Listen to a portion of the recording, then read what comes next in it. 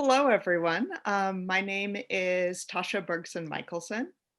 I am the instructional and programming librarian at Castilleja.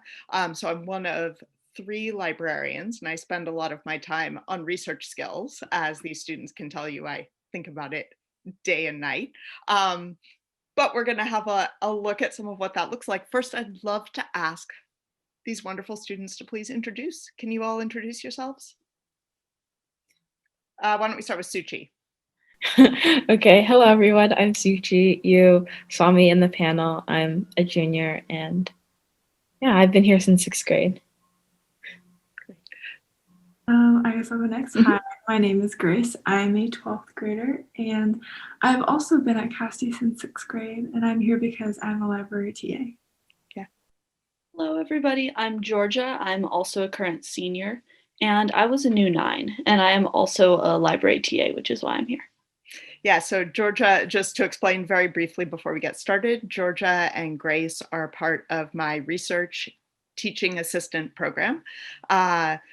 They have done an amazing job to help me think about the needs of our students and pivot our curriculum to better match those needs. And maybe we'll talk about that a little more later. But today we are here to look at how we launch one of my absolute favorite assignments in all our years at Castilleja. So in 12th grade, we have all the students in all of our English classes do a very short project that's called the extended footnote. And in that project, what they're doing is they're picking a word.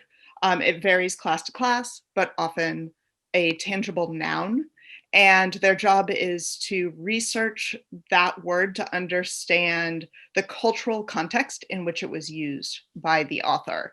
So this year, we have 3 first semester English classes, which are African American women writers, poetry, and 20th century British literature.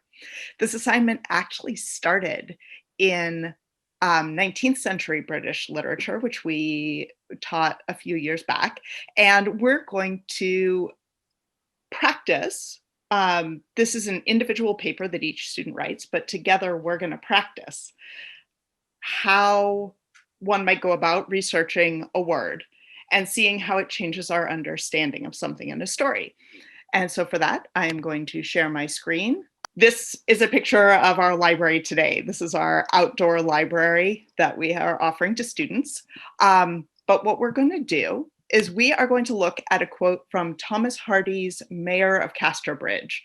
So a student brought this in. She got really excited because she loved this phrase about a young girl who's learning to speak in a more upper crust way, that she no longer spoke of Dumbledores, but of humblebees, because she really wanted to know what on earth Dumbledore might have meant, because, like some of us, she really loved this guy. Okay, so our first step that we had to take was to think about if what we're trying to understand is possibly what was Thomas Hardy thinking about when he used the word Dumbledore, what was the context in which that would be understood? And does that have anything to do with this Dumbledore? What kinds of sources do you think would help us that might be out there? Where could we look, do you think? Yeah, Suchi, go for it. I guess looking at the dictionary, maybe the Oxford Dictionary, to see like the meaning behind it and maybe even the breakdown of the words. Like maybe how J.K. Rowling might have thought about how it relates to the character Dumbledore in Harry Potter. Okay, cool. Sounds great. Why don't you get ready to tell us what you see there. Georgia, what are you thinking about? I want to see if J.K. Rowling has ever explained it herself. I know she does a lot of interviews and like a lot of information, whether that's through tweets or writing or whatever. So I want to see if she's ever mentioned it specifically. Excellent. It's important. I love that you brought up like tweets, because it's really important to remember that doing contemporary research means we have to like expand our ideas. So Suchi's looking at like a very traditional source for research, and you're doing something that is modern and also research. So take a look at that, but we're going to ask you to surprise us a little towards the end with what you find that J.K. Rowling said, okay? Okay, Grace, what do you want to take on? I guess we can think about like where J.K. Rowling might have read that word, where that might pop up in literature that comes before Harry Potter. And so maybe Yeah, how do you, oh, sorry, go ahead. maybe I can take a look at some Google books. Oh, I do love Google Books. Absolutely. And maybe put time constraints on my, on my Yes. there's no Harry Potter stuff in there. Right, because there's so much written about Harry Potter that can really get in the way. Alrighty. Well, I'll tell you what, why don't I share my screen again, and maybe Suchi, you can remind me where we are here. Hold on, I'm going to back out of this slideshow, and we will look at, you said the Oxford English Dictionary, Suchi? Yes. And you searched for just Dumbledore? Yep. Oops. Dumbledore. Yeah, I love spelling as I type and talk. It's always good. Okay. So why the Oxford English Dictionary? Did you have any thoughts about? Well, I think Mhm. yeah. I think the Oxford English Dictionary really gives a good understanding of like the history of the word and when it was used. And if you like hover over the Dumble part of Dumbledore and the etymology part, you can see like that little section Yes. of what it means, which I think is really, really cool. Oh, that's so funny. I had never looked and seen that Dumble is for insects. So now I'm going to have to think more about that and what other words I know. So what did you see as you looked at this? What did you find? Oh, I found that Dumbledore can translate to bumblebee, which I guess is kind of interesting to think about when you're thinking about Dumbledore in Harry Potter, because you wouldn't really think of him as a bumblebee. Bumblebees are more lazy and just like fly along. So I kind of want to think a little more about how, like, what else did J.K. Rowling see to use the word Dumbledore to describe Dumbledore, the character. Excellent. All right, thank you. That's kind of cool. Sorry, I'm just looking over this and I'm seeing there are like some locations, and like Cornwall is a place in England, and it's interesting. Grace, I don't want to rush you, but did you find anything that you can share with us? Yes, and so in Google Books, there were a couple dialectical dictionaries that I found that contained the word Dumbledore. One of them was actually not a dictionary, it was a story where there was a character named Dumbledore, and the story was from the western countryside. Oh, the Western, interesting. Wait, can I ask you, you said you were going to do time restrictions, because I tried searching for Dumbledore here and like all I have is stuff about Harry Potter. So what years did you use in your? I used from the 1800s to 1950. To 1950. Okay. Just so we can all see what you're looking at here. Yes. Oh, cool. So what's the title of the story you're looking at? The Wold Ways of the Wold Ways. Wow.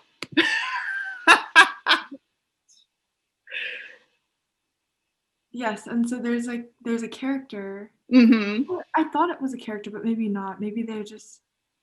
It seems that they're addressing someone. Before, but what kind of stood out to me was that this kind of gives me a clue as to where this word may be used, which is the Western countryside. And I looked up the Western countryside of England, and I got that now it's called just the West Country. The West Country? Okay. Cool. Actually, I didn't know that. Yeah. To narrow that down, I also found a chart, an insect chart, that had Dumbledore on it which it had a B on it, and it said it was from Berkshire. No, wait, I'm saying that wrong. Dorsetshire. Dorsetshire. And so I Okay. Dorsetshire. And that's a real place. Awesome.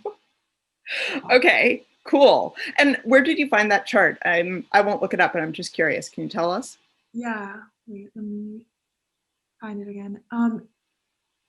Punch volume 200. Oh, yeah. So something that you might want to do later is look up Punch magazine, even in Wikipedia, which you know that Wikipedia is like my favorite place for learning what sources are, because I'm pretty sure that Punch is a fairly culturally significant publication in UK, at least through the early 20th century, but I don't know, which is why looking it up is good. That's awesome. Thank you. Okay, so Georgia, I'm still going to hold you in because I bet you found something that will enlighten us from J.K. Rowling's point of view. But okay, so we have this idea that's a bumblebee, and Suchi, yeah, you're right. Like imagining Dumbledore as a bumblebee doesn't quite get me. Like it doesn't quite fit, right? So it feels like it's still a mystery. And Grace, thank you for learning more about like the geolocation of this word. What do you think we should do next in trying to understand this? What would be a good next step? Oh, I can go. Okay, sorry. Yes, go ahead. Yeah. I was kind of thinking of maybe like what the significance of a bumblebee might mean in certain mythology or just in general. Excellent. You want to take a quick look, see if you find anything exciting? Yeah. Georgia, Grace, do you have any ideas? I'm curious as to where J.K. Rowling would have heard this word, if it's dialectical and or like part of a dialect and seems fairly obscure. Like we didn't know what it was off the top of our head, so I'm wondering where she would have gotten it, and if that can maybe give us clues. Potentially even that original quote from the mayor of Casterbridge. Oh yeah, that definitely is an interesting question and an interesting piece. Grace, what are you thinking? Maybe I should look up where she's from. Okay, go for it. Okay. All right, Georgia, you want to see what you can find? And maybe I will join in and I'll see if there are any speculations in wikis about where Dumbledore lived. I have that rabbit hole open on the fan Wikipedia page at this moment. I have started clicking through all the various hyperlinks, and it's a good one. Oh, tell us more. Tell us about it. Dumbledore is supposedly from he was born in this place that's called Mold on the Wold. Okay. People on the fandom Wikipedia or on the fandom wiki page are speculating is a play on the English town Stow on the Wold, again in Gloucestershire. Okay. And I looked it up, actually in the West Country, which kind of brings it all back to this one particular place. Okay, I'm gonna take a look if you don't mind. Of course. Keep going. Oh, and wait. But that's also the word wold. Grace, didn't you look at a story? I love this. I have no idea how it connects, but that's awesome. Okay, clearly we all need to learn more about wolds. Right now I'm going to look up Gloucestershire. But okay, keep talking. Georgia, go ahead. I'm back on the Mold on the Wold wiki page because isn't this fascinating? Wold is an archaic word for grassland. Okay. The fandom Wikipedia page for Harry Potter is saying. I'm not sure whether I assume I need to corroborate that with something else. Yes. I'm not entirely sure that these people are experts on that. But it's interesting that I think that connects back into the place that they are, of like the moors, the grasslands of the West Country. So here I've just pulled up We've got Gloucestershire is here. And Grace, you talked about Dorsetshire? Yeah, which is down near, if you see Weymouth. Oh, yes. Oh, Dorchester. Yes, absolutely. Okay, so they're both like in this part of England, because if we back out of it, we can see like this is not that large an area in England overall. Oh my goodness. And I wonder what, it must be grassland, I guess. I don't know. Suchi, are you finding anything? Well, I'm just kind of like thinking about what we've been talking about, and is it possible that J.K. Rowling kind of took the character of Dumbledore from what Grace found in the old Dumbledore kind of story? That's actually really interesting. Together. Yeah. Yeah. So this is, I think that's a great idea. I'm sorry, I didn't mean to talk over you there. I think that we've got a couple of really interesting threads that if, when you're doing research for your paper, you're going to follow through those threads a bit farther than we will at the moment. But what I would say, because each of you will have a one-on-one meeting with me and we'll talk about your research process, and this would definitely be something that, we'd write down to look up more about, because that's super interesting. Grace, did you find anything about J.K. Rowling and where she lived? Yes. So she was born, I guess, in a small West Country town called Pagford. Pagford. I love all these names. I just have to say. Yes, which is interesting because there was a lot of the Wold Ways of Gwyn. That book is from the West Country. Dorsetshire is also in the West Country. Okay, I get so excited. Okay, so we have a sense of where of this being like language that was around her when she was growing up. Perhaps. Yeah, and it's funny because I had never really, I knew that she lived in Edinburgh, and I'd never really thought much about where the book was located. Just the books, especially like in the 7th book, they're popping all over the UK, and I had never kind of thought about what that meant geographically. Georgia, I wonder if Interview time? Yes! Oh, can you tell us what she had to say? Yeah. So there is an interview from 1999 where I found the transcript, and she talks a little bit about how she gets names. And so she says that she kind of collects names, whether they're from maps, street names, people she meets, old books, old saints, or anything else. And then she mentions Dumbledore specifically, saying Dumbledore is an old English word meaning bumblebee, because Albus Dumbledore is very fond of music. I always imagined him sort of humming to himself a lot.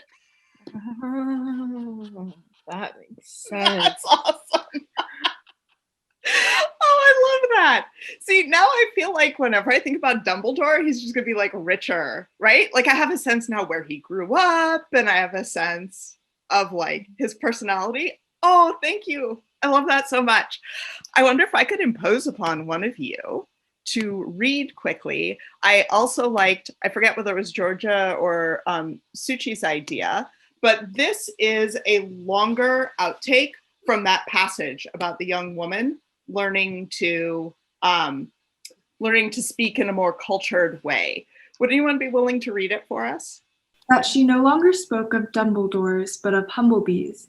No longer said of young men and women that they walked together, but that they were engaged.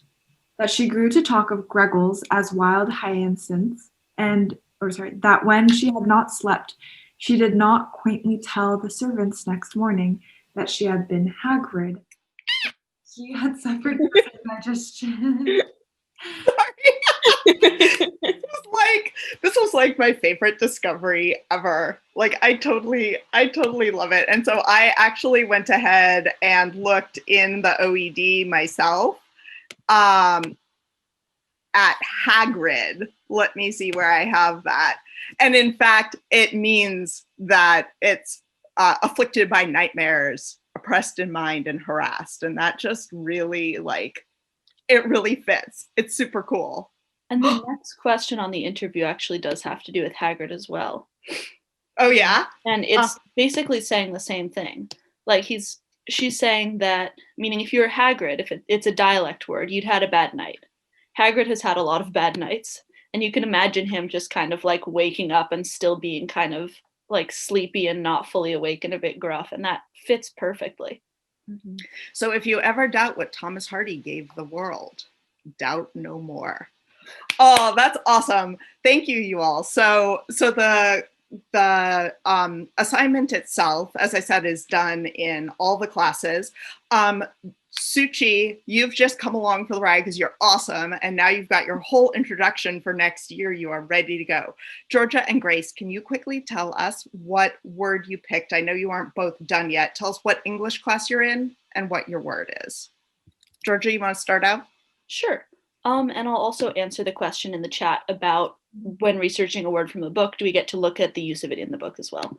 So I am currently in African American women writers, and I chose to research the word Isaly's, which is an ice cream chain brand that was popular in the Midwest through the 40s, 50s, and 60s, from a reference in Toni Morrison's book, The Bluest Eye. And I found kind of like the overwhelming vibe of the word was that of nostalgia. There's an entire book dedicated to this one man like researching the history of the brand itself.